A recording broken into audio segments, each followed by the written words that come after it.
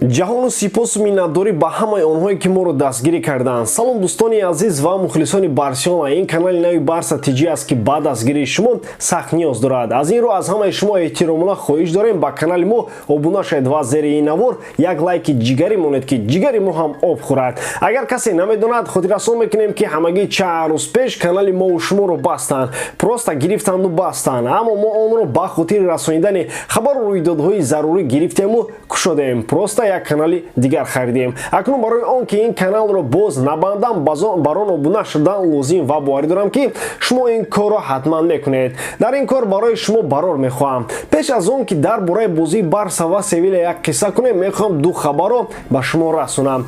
Дирӯз хабаре паҳн шуд ки гӯё Барселона Фатиро мефурӯшад. Ростӣ аз рӯи он бозие ки айни замон ансу карда истодааст, гуфти бобои ғулом шояд худоӣ битиш касе нагираш. Аммо хави дар конфронси матбуотӣ гуфтааст ки Фати барои Барселона бозингари зарури аст ва ҳолу мавриди бардоштани ин мавзӯъ нест. Яъне хави гуфтанӣ аст ки ҳоли вақти ин гапҳо нест. ҷош биёяд Ансу ҳам гол мезанад. Бошад, чаро не? Мо интизор ки Ансу Фати дар ҳар бозӣ дубл кунад.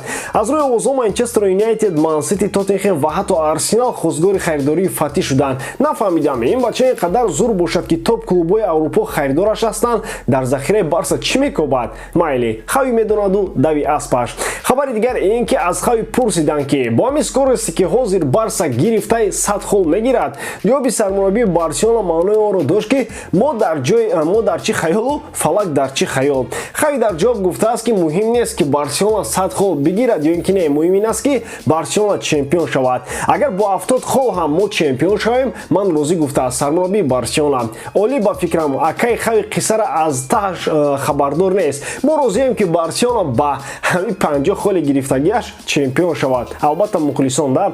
Албатта барои хави ки чемпионшавӣ бо Барселона орзуи ҳамешагиаш мебошад, ҳоло шумораи холҳову шумораи голҳо чандон муҳим нест. Акнун дар бораи бозие ки дишаб дар Камно гузашт қиссаро сар мекунем. Таксариҳоро баланд ки монда бошед, поза ёнбошро бигиред.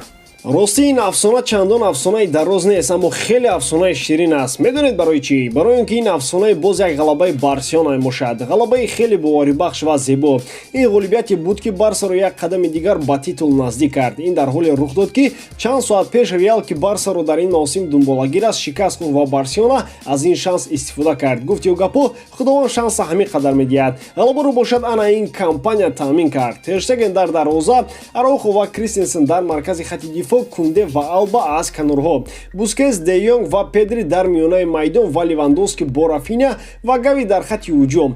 Бо баргашти Левандовски ба хати ҳуҷум афзалияти Барселона аз ҷиҳати партобҳои ҳавоӣ низ афзуда суръати баланди Рафиня, Педри ва Гави бошад, дар ҳуҷум тақвияти дигар мебахшанд. Барселона аз дақиқаҳои аввали бозӣ мақоми фаворит будани худро нишон дода, бомбаборонро сари дарвозаи Севиля оғоз кард, аммо як қисмати калон ин ҳама ягон фоида наовард. Зиёда аз ин дар дақиқаи 8-уми бозӣ хави маҷбур шуд ки Бускетсро иваз кунад. Дар як бархурд бо Эл-Несири Муйсафе дигар бозиро идома карда натавонист. Хулас, зарбои Левандовски ва Рафиняу Гави ба ҳар тараф меафтиданду на ба дарвоза. Агар мерафтанд ҳам Ёсин Буно онҳоро мегардонид. Қисмати дуюми бозиам Каталониё аз аспи ҳуҷум нафаромаданд, аммо ин шом кори ҳуҷумкунандагон он қадар омад намекард. Чун муҳофизатгарон диданд ки аз дасти Левандовски ва Гави ягон чиз наомада истодааст, ташаббусро ба дасти худ гирифтанд ва дар дақиқаи 58 Жорди Алба бо паси Кисе ки ҳанӯз дар қисми якум Бускетсро иваз карда буд, голи якуми Барсаро ба дарвозаи Севиля зад. Расонид.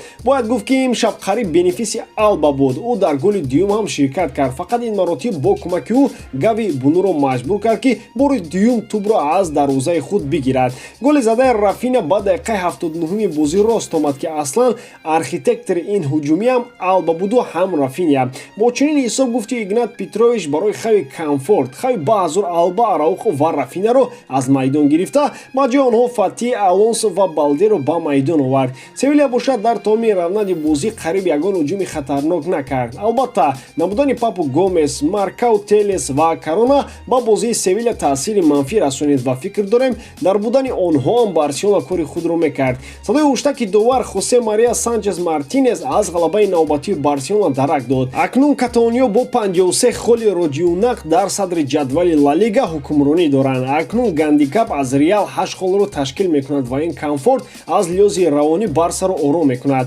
Жорди Алба бошад беҳтарин бозингари ин бозӣ дониста шуд. Хай боз киро беҳтарин медонистанд? Алба расо 83 дақиқа дар майдон ҳам вазифаи худро иҷро карду, ҳам вазифаи Левандовскиро. хуб, инак ҳамин буд он афсонаи кӯтоҳаке ки барои шумо қисса кардем. Акнун ростии афсонаи халқии тоҷикӣ нест ки як соат идома кунад. мо кӯтоҳ мегӯяйму ба маврид, рост мегӯяйму зуд ки мухлисонамон моро пазмон нашаванд. муҳим аз ҳама барои дастаи дӯстдоштаи шумо мегӯем. Инашро шунидед, дигарашро интизор бошед. Аммо барои дигарашро дидану шунидан дар канали мо обуна шудан лозим. Фикр намекунам ки ин кори мушкил бошад. Обуна ва як лайки обдору таги ин навор зер кунед ва мо дар бораи ҳама бозиҳои дастаи овозадори Барселона барои шумо навор омода мекунем. Дар пеш бозиҳои Лигаи Аврупо ва бозам бозиҳои Ла Лига истодаанд ки албатта дар ин бора ба шумо қисса хоҳем кард. Барои имрӯз бошад тамом. Баро равон казоин бошад роҳи сафед ба истироҳаткунандагон истироҳати хуб таманно дорем. Худованд ҳамаро аз қиматшавии нархи картошкаву пиёз нигаҳ дорад. Бошед ки бошем. Худоёру Муҳаммад ҳамроҳатон.